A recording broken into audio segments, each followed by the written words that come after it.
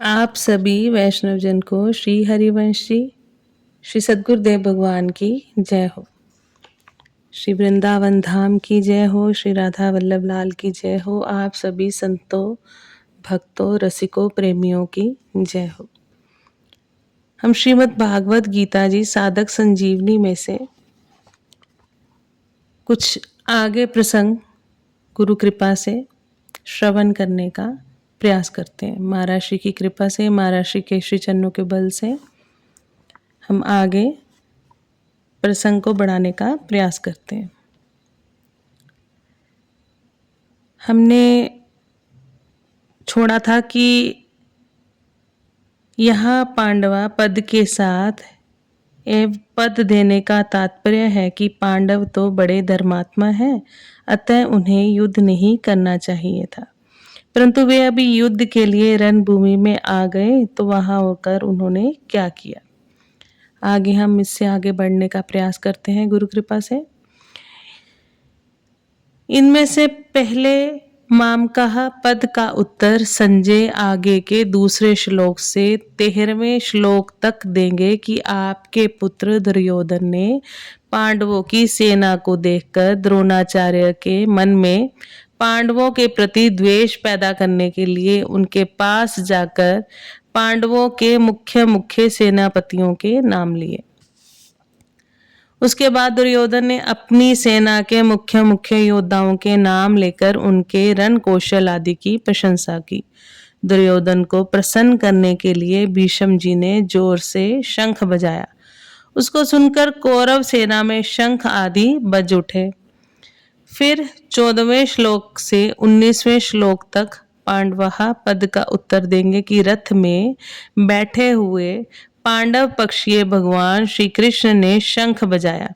उसके बाद अर्जुन, भीम, युधिष्ठिर, नकुल, सहदेव आदि ने अपने अपने शंख बजाए, जिसने दुर्योधन की सेना का हृदय दहल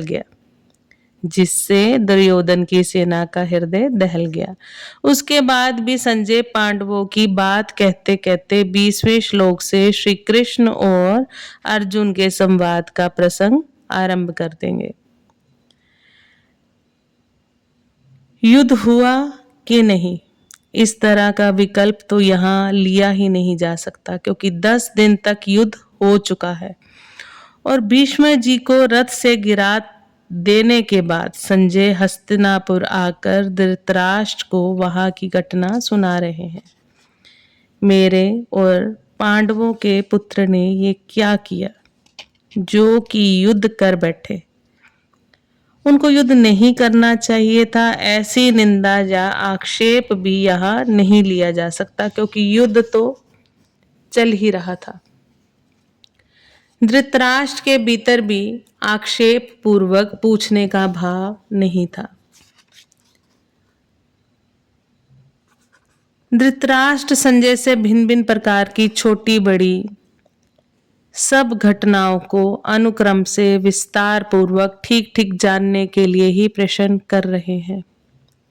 मेरे पुत्र और पांडु के पुत्र, इस मतभेद से ही राग द्वेष पैदा हुए, जिससे लड़ाई हुई, हलचल हुई। धृतराष्ट्र के भीतर पैदा हुए राग द्वेष का फल ये हुआ कि 100 के 100 कौरव मारे गए, पर पांडव एक भी नहीं मारा गया। जैसे दही बिलोते हैं तो उसमें हलचल पैदा होती है, जिससे मक्खन निकलता है, ऐसे ही मामकाहा और पांडवा के भेद से पैदा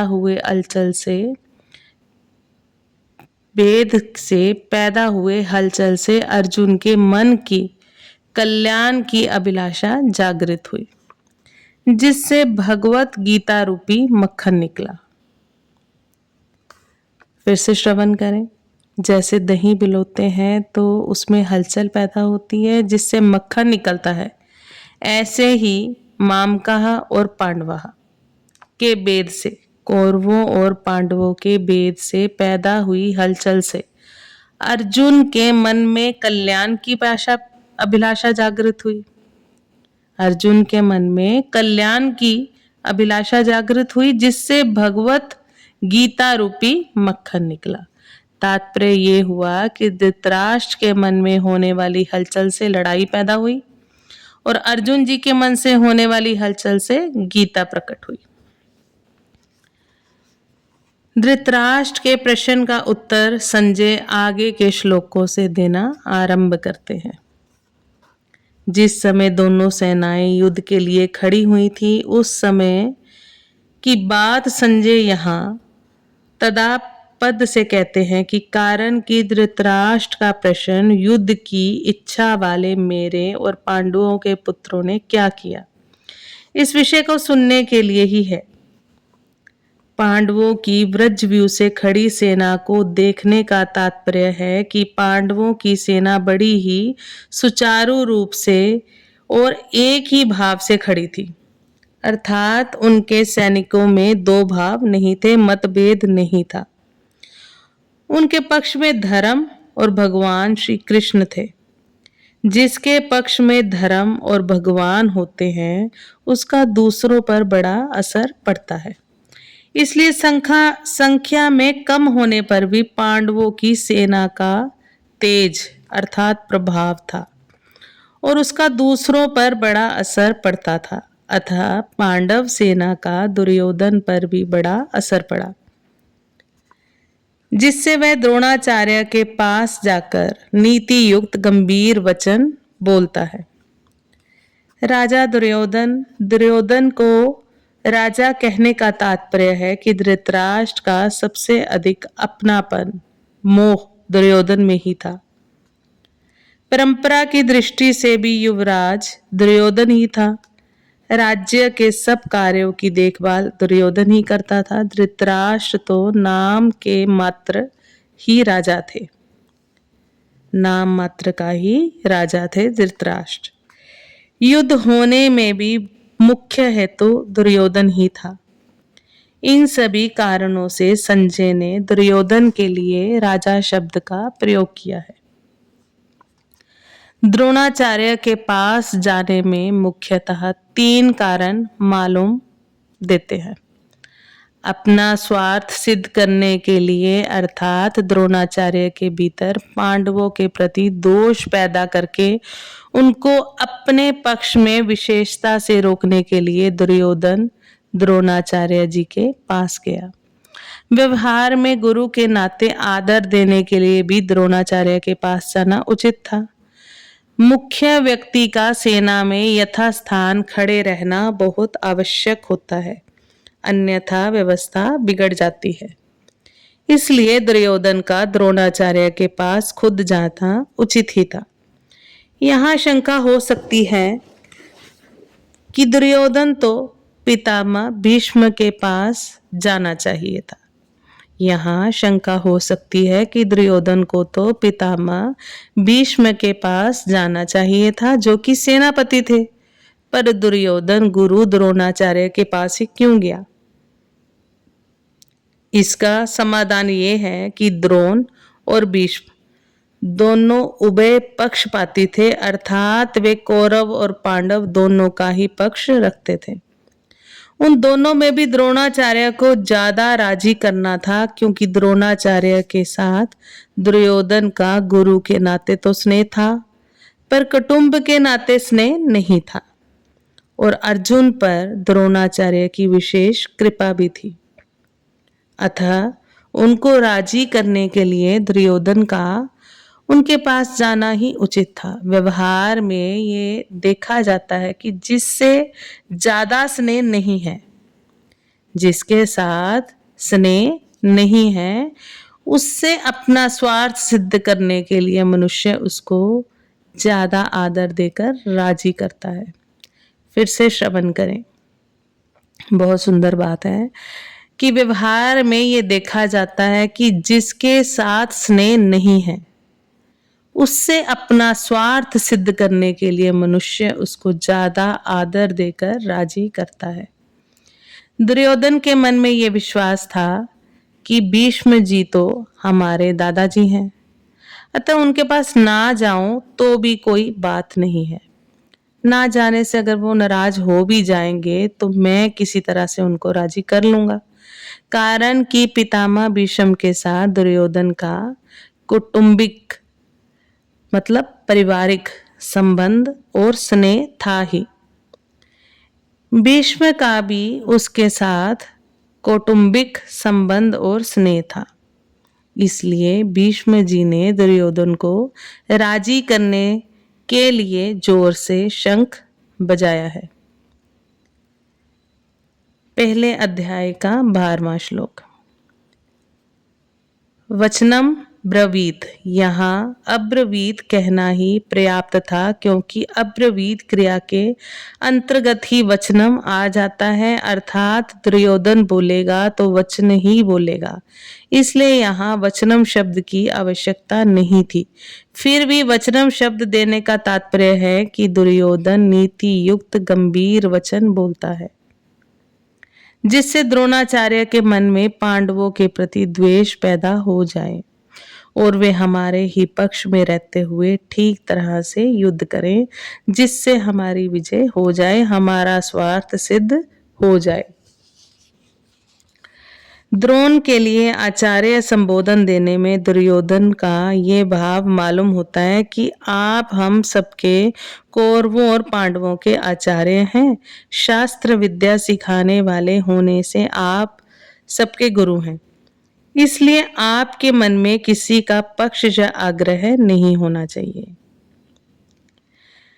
इन पदों का प्रयोग करने में दुर्योधन का भाव ये है कि आप इतने सरल हैं कि अपने मारने के लिए पैदा होने वाले धृष्टद्युम्न को भी आपने अस्त्र शस्त्र की विद्या सिखाई है, और वह आपका शिष्य धृष्टद्युम्न इतना बुद्धिमान है कि उसने आपको मारने के लिए आपसे ही अस्त्र शस्त्र की विद्या सीखी है। द्रुपद पुत्रेन, ये पद कहने का आशय है कि आपको मारने के उद्देश्य को लेकर ही द्रुपद ने याज और उपयाज नामक ब्राह्मणों से यज्ञ करवाया, जिससे धृष्टद्युम्न पैदा हुआ। यही वे द्रुपद पुत्र धृष्टद्युम्न आपके सामने प्रतिपक्ष में सेनापति के रूप में खड़ा है।